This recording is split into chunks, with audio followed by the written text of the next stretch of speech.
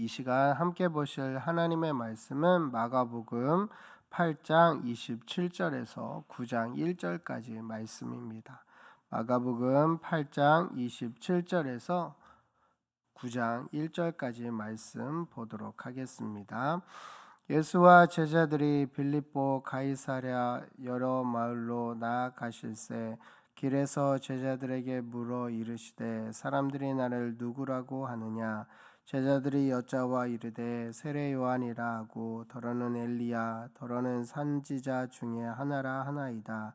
또 물으시되 너희는 나를 누구라 하느냐. 베드로가 대답하여 이르되 주는 그리스도시니이다 하매 이에 자기의 일을 아무에게도 말하지 말라 경고하시고 인자가 많은 고난을 받고 장로들과 대제사장들과 서기관들에게 버림바 되어 죽임을 당하고 사흘 만에 살아나야 할 것을 비로소 그들에게 가르치심에 드러내놓고 이 말씀을 하시니 베드로가 예수를 붙들고 항변하매 예수께서 돌이키사 제자들을 보시며 베드로를 꾸짖어 이르시되 사탄아 내 뒤로 물러가라.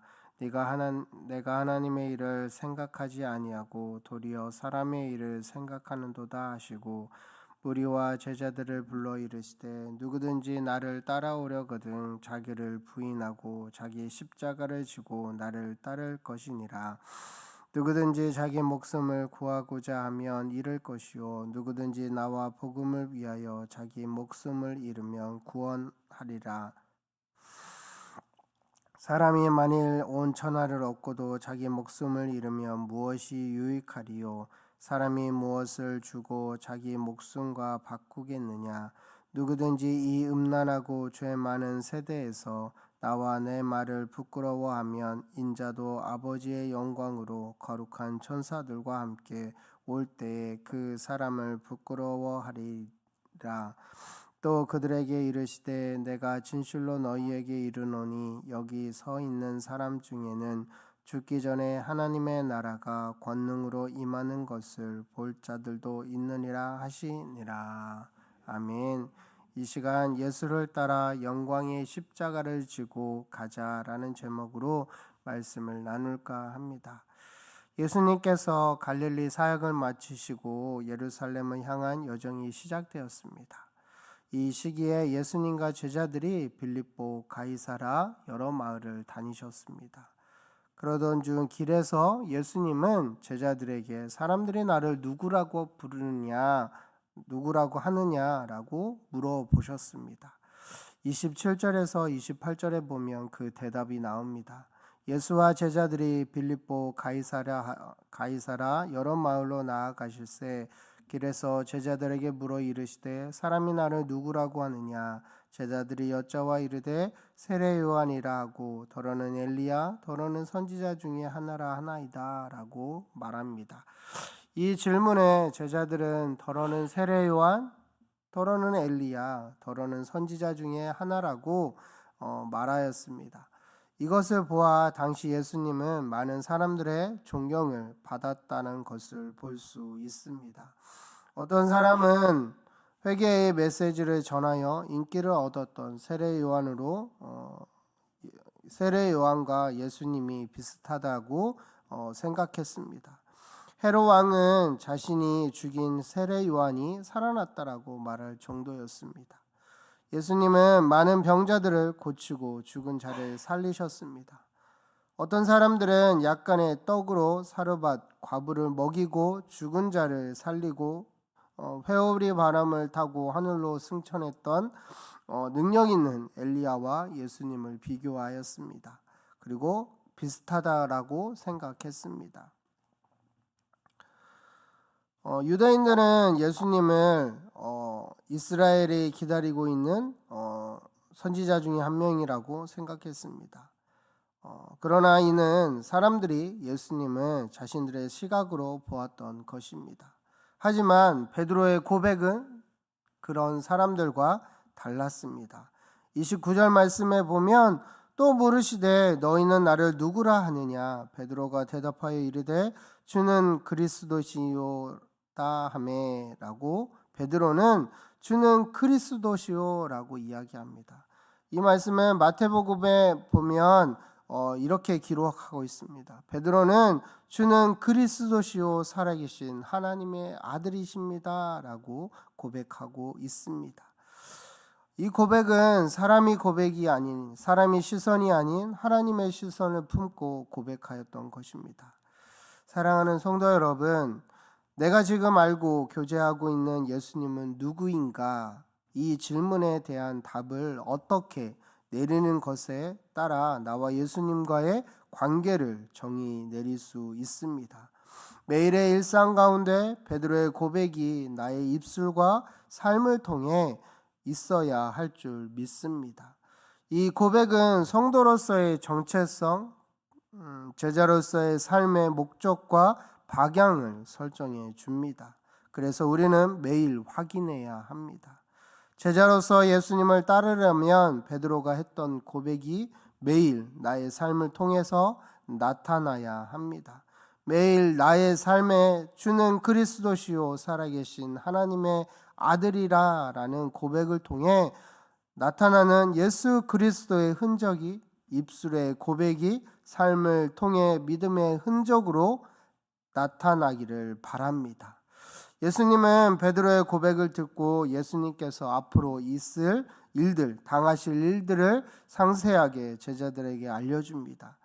31절에서 33절 말씀을 함께 봉독하도록 하겠습니다.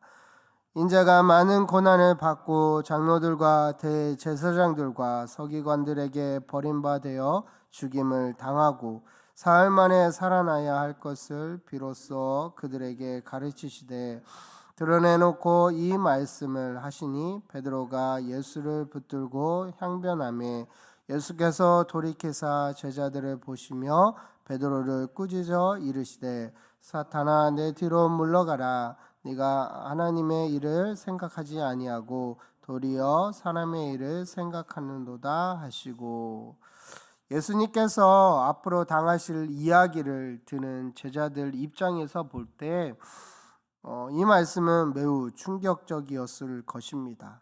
사실 자신들의 삶의 터전과 기반을 내려놓고 예수님을 따랐던 제자들이었습니다. 영광스러운 메시아 왕위에 등극하실 그리스도를 기대하며 제자들은 예수님을 따랐습니다. 주는 평화를 로마로부터 참된 평화를 안겨다 주실 분으로 예수님을 생각하며 예수님과 함께 그 땅을 누리기를 원했습니다. 그들은 이 세상의 영광, 물질이 가져다 주는 안정과 평화를 꿈꾸며 예수님을 따랐습니다. 하지만 십자가의 길은 그들의 헛된 욕망을 무너뜨려야 따를 수 있는 길이었고, 예수님이 이 땅의 제자들을 통해 세우고자 하는 하나님의 나라는 희생과 헌신이 수반되어야 하는 길이었습니다.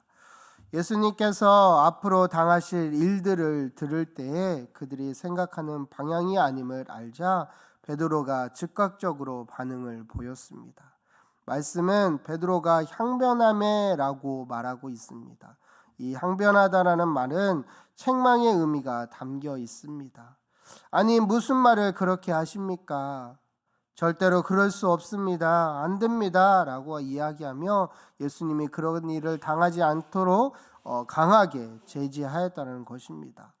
그러면 왜 베드로는 예수님의 고난과 죽음에 대해 그토록 당황했고 강하게 만류하며 나선 것일까요?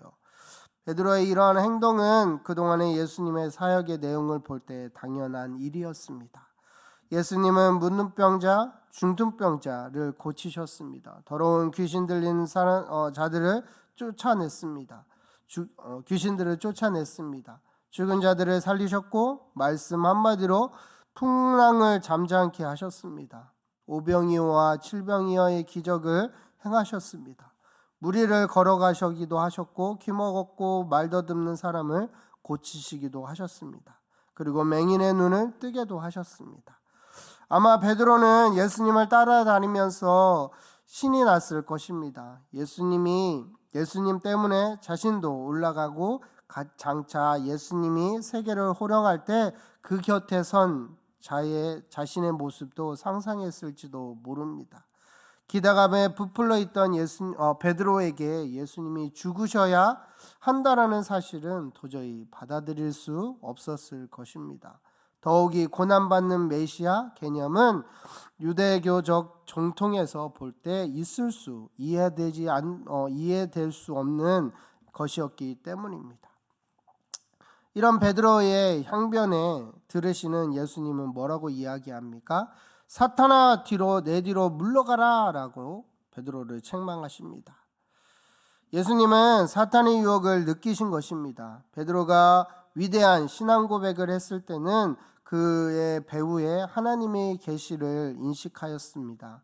그러나 이번에는 그의 배후에 사탄의 역사함을 느꼈던 것입니다. 이처럼 사람은 하나님의 그릇이 되기도 하고 사탄의 그릇이 되기도 하는 것입니다. 예수님은 베드로에게 네가 하나님의 일을 생각하지 아니하고 도리어 사람의 일을 생각한다라고 책망하셨습니다. 예수님이 십자가를 지시는 일은 어쩌다 그렇게 된 것이 아니라 영원 전부터 계획된 하나님의 뜻이었습니다. 반면에 십자가의 고난을 피하고 예루살렘 왕위에 오르고 제자들은 대신들이 되어 영광을 누리는 것은 사람의 일이었습니다. 이는 우리도 마찬가지입니다. 우리에게도 하나님의 뜻이 나타날 때가 있는가 하면 사람의 일이 되어버릴 수도 있다는 사실을 기억해야 합니다. 그러므로 신앙은 단호해야 합니다. 자를 것은 자르고 끊을 것은 끊을 수 있어야 합니다. 그래야 승리할 수 있음을 기억하시기 바랍니다. 예수님은 베드로를 책망하신 후 제자의 길에 대해서 말씀하셨습니다. 예수님은 나를 따라오려면 두 가지 조건을 감수해야 한다라고 말씀하십니다. 34절 말씀을 함께 읽어보도록 하겠습니다. 무리와 제자들을 불러 이르시되 누구든지 나를 따라오려거든 자기를 부인하고 자기 십자가를 지고 나를 따를 것이니라. 예수님은 제자들에게 자신을 따르기 위해서 말씀하신 두 가지 조건, 자기 부인, 자기 십자가를 지는 것이라 말씀하셨습니다. 제자의 삶은 자신의 삶의 주도권을 완전히 내려놓고 예수님이 가신 길을 따라가는 것입니다. 자기의 삶에 대한 권리 포기가 반드시 있어야 합니다. 십자가의 길을 가려면 끊임없이 자기를 부인해야 합니다. 자신의 욕망, 자기 중심적인 사고, 이 땅의 부귀영화, 나의 영광, 육신의 정욕, 안정을 향한 끊임없는 추구 등 이 모든 것을 내려놓아야 하는 삶입니다. 내가 내 삶의 주인이 되어 살아가는 인생의 방향에서 180도 돌이켜 하나님의 뜻에 맞추어 살아가는 것, 이것이 제자도의 삶입니다. 핵심입니다. 그래서 날마다 회개가 수반되어야 합니다. 그럴 때에 자기 십자가를 질 수 있습니다. 예수님의 뜻을 따르기 위해서는 먼저 내 뜻을 내려놓고 하나님의 뜻을 구하며 예수님과 동행해야 하는데 순종을 통해서 십자가의 길을 실현할 수 있게 됩니다. 예수님도 십자가의 길을 가기 전 겟세마네 동산에서 밤을 새워 하나님의 뜻을 이루기 위해 기도하셨습니다.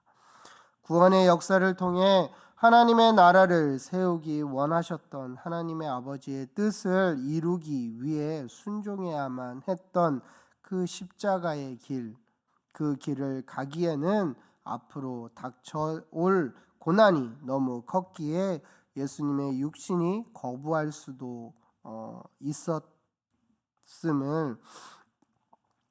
보여주고 있는 것입니다. 어떤 상황에서도 순종을 해야만 했기에 육신의 거부감은 당연한 것입니다. 이는 우리 모두가 경험하는 거부감입니다. 그래서 자기 십자가를 지며 예수님을 따르는 길에는 고난이 있고 좁은 길이며 사람들이 가기를 꺼려하는 길이지만 십자가를 지는 자가 희생적 삶을 통해 진정한 자아를 찾고 실현하게 되는 것입니다. 사랑하는 성도 여러분, 날마다 자기를 부인하며 걸어가는 십자가를 지는 길은 천하보다 귀한 생명을 얻는 것임을 잊지 마시기 바랍니다. 이 세상에서 가장 귀한 생명 예수 그리스도를 얻는 길입니다. 영원한 생명을 얻는 길입니다. 그래서 십자가의 길은 좁고 험악한 길입니다. 협착한 길입니다. 남들이 잘 가지 않는 길입니다. 하지만 십자가의 길은 영광의 길이고 마지막은 천국임을 잊지 않는 저와 여러분이 되시기를 소망합니다.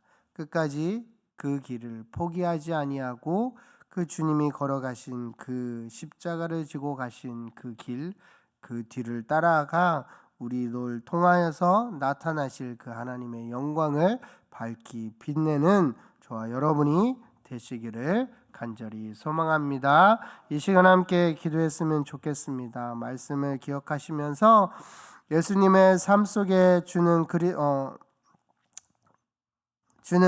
우리의 삶 속에 주는 그리스도시요 살아계신 하나님의 아들로 날마다 고백하는 삶, 나를 부인하고 내가 십자가를 지고 예수님의 뒤를 따라가는 우리의 삶이 되게 해달라고, 무엇보다 이번 주에 있을 이 말씀 사경회를 통해 하나님의 은혜가 가득 넘치고 하나님의 분명한 뜻을 나타내는 귀한 은혜의 시간이 되게 해달라고 이 시간 함께 통성으로 간절하게 기도하도록 하겠습니다. 기도하겠습니다.